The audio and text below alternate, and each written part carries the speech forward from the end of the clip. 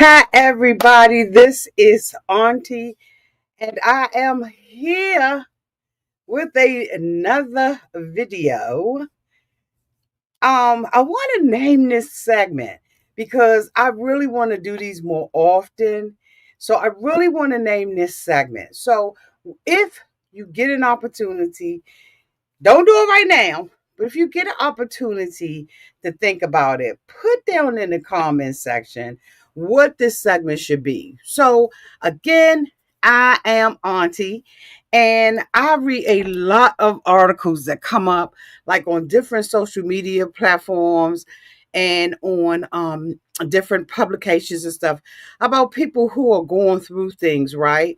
And I'm always doing reviews and stuff like that. I love being with my members. This video is being recorded simultaneously in my membership and uploaded to Auntie's Advice Lifestyle Podcast for your review.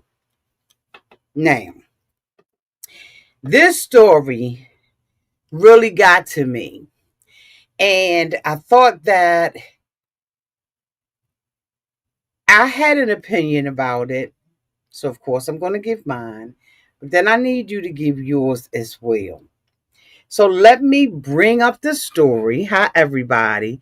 So, I'm going to bring the story up and we're going to talk about it. So, looking for advice on stopping reunification. When I was a young teenager, I relinquished a baby who had been conceived as a result of disassociated pretty heavily during the pregnancy, and I never had any warm or maternal feelings towards the baby. I've been in therapy since then. Now that baby is an adult, and last month he reached out and asked if we could build a relationship. I said yes, but I told him that I needed to take things slowly and asked him not to bring up certain topics with me, such as anything having to do with my warned him that I wouldn't ever be able to have a mother son type relationship with him, and I could tell he was disappointed. But he agreed that we could be casual acquaintances for now. Things haven't been going well as I would have liked. Our more shallow correspondence goes well, but there have been a couple of instances where he asked me about my experience during my pregnancy, asking whether I ever considered parenting him, how I picked his adopted parents. And when I answered honestly, no, I didn't pick his parents, my family did, he expressed frustration and bitterness towards me. I reminded him both times about the trauma surrounding my pregnancy, but his replies were dismissive and those conversations ended badly. After the latest conversation that ended badly, I sent him an email telling him that if we're going to have a positive relationship, I cannot help him process his feelings about his adoption. I was a child who had been through something traumatic, and I have never viewed myself as his mother. He needs to process these feelings with a therapist because I'm not capable of helping him. I woke up this morning to two voicemails from him. One where he yelled at me and called me a heartless who wanted him to be miserable, and another made hours later where he apologized for the first one and said he had been drinking and didn't mean anything he said. He may have apologized, but I still don't want any further contact with him.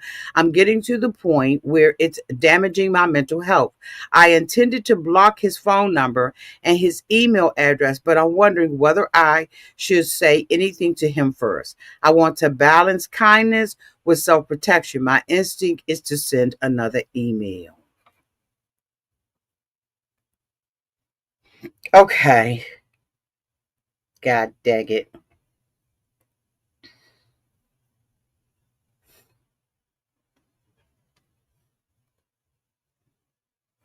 Okay.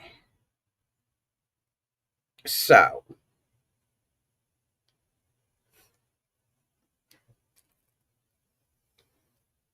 On my other channel, Auntie's Advice, I always talk about responsibility and accountability and believing what a person says, not what you want them to hear or what you want to hear. And I also believe that you should always listen to the words that someone is saying. I think that she's not listening to her own words. And let me tell you why I am there. In this first letter, this first cry, she indicates that she never had maternal feelings towards this baby.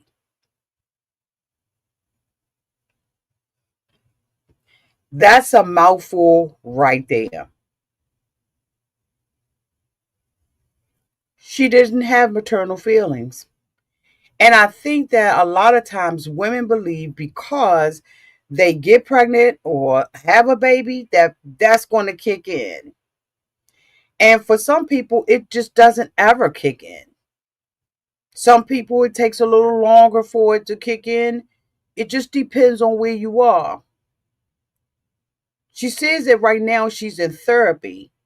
I'm assuming that she's in therapy for number one, not for feeling guilty for not having those maternal feelings, and two, for how her life went, having to give the baby up for adoption. What transpired to get her pregnant from the giddy up was traumatic, right? That has been blacked out. Okay.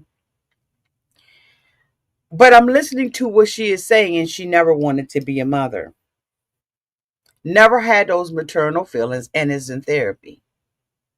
Sis, he's grown now. You still don't have those maternal feelings. So you've already entered yourself into something that you're not capable of doing. These are my opinions. Y'all let me know y'all's downtown in the comment section. Again, please help me name what this video series should be that I'm going to be doing here on the membership and on Auntie's Lifestyle Podcast. Help me name it, y'all. What should this series be called? Anyway, let's continue with her dilemma, not mine. She says, now that the baby is an adult, and last month he reached out and asked if we could build a relationship. I said yes, but I told him that I needed to take things slowly and asked him not to bring up certain topics. Then the answer should have been no, without any guilt. The answer to him should have just flat out been no. No, I ain't gonna be able to do it. She doesn't have motherly instincts. She's already told him, when it comes to your past, we can't have this conversation or a conversation about it at all because I'm not healed from it. I'm still traumatized by it, and I'm currently in therapy. So then why would she even agree to have a relationship with him? I don't understand that.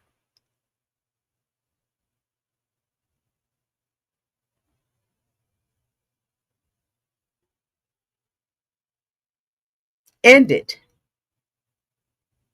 In the end, she asks the question whether or not she should contact him before she ends this. I think that she's already ended this. I think that the child is going through his own trauma, and she doesn't have it in her to even help him with his trauma in the relationship period. You've been gone all of this time. Maybe he's been craving for a mother. She doesn't say what his life was like without having her as a mother, whether or not he was the family that he was adopted into, was a really good parents to him. Or she doesn't cover any of that, right? This is very vague. We will have to make up our own speculation of what kind of life that he's lived, but she should never have opened up the door to him. And I have seen shows where people, there used to be a series, I think it was on TLC, where people would find their adoptive parents and stuff like that. and be looking for them. I don't know, I've never been adopted. I grew up in a two family household. I always had that stability of a mom and a dad and a family. So I don't know what it means to be adoptive. And in no way am I speaking to that or trying to speak to that. All I'm saying is she should not have opened up this door. Let me make sure that I say hello to Candace, Yazelle. Hey, Tamika. Hello there, Ray Della. Hey, Barbara. How are you, boo? Hey, Sugar 48.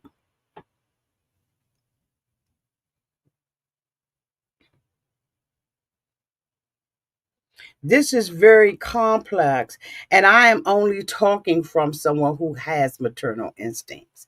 So please pardon me for not having the sensitivity, right, or appearing to have the sensitivity of what she's going through. However, listening to what she is saying, right, and not what I want to hear, I just feel like she should have told him no from the giddy up. She was not ready to have this relationship with this young man, and he is coming with more answers, right, than she is willing to give him. And I just don't believe that she should have ever opened up the door to him. And now that she has, she said that she doesn't want to have a relationship with him now. She wants to break it off. And I think for for the well being of the two of them, she absolutely should do that. She absolutely should do that. Let's go into some more of her dialogue. She says that the shallow correspondence goes well, but there have been a couple of instances where he asked me about my experiences during my pregnancy. And when I answered honestly, he expressed frustration and bitterness towards me. I reminded him both times about the trauma surrounding my pregnancy, but his replies were dismissive and those conversations ended badly. Yeah, cut this off. Yeah, cut this off. Let me answer her question in the end. He may have apologized, but I still don't want any further contact with him. Then don't ask whether or not you should block him, email him back, or anything like that. You've already answered your own question. You don't want any further contact with him. So be done with it. Be done with it, and it's okay. It's okay. And it is okay to say no. It is okay to self-preserve yourself, even if it hurts someone else, because he is never ever going to get the answers from her that he wants because she's not open to it at all. She is now currently in a place of regret where she regrets even probably talking to him. Cut this off. And that's where I am with that. That's where I am with it. Y'all let me know downtown in the comment section what y'all think about this. What are you saying, boo? Sometimes it's better not to open closing wounds. Absolutely, I agree with that. I agree she should have just said, I am sorry, I can't do it. Point blank into the period. Y'all let me know downtown in the comment section what you all think about this. And if we want to have a broader conversation, I am absolutely open to doing that as well. Again, y'all, thank y'all so much for being here. And until we meet again, y'all be safe in the streets and in the water. Bye, y'all.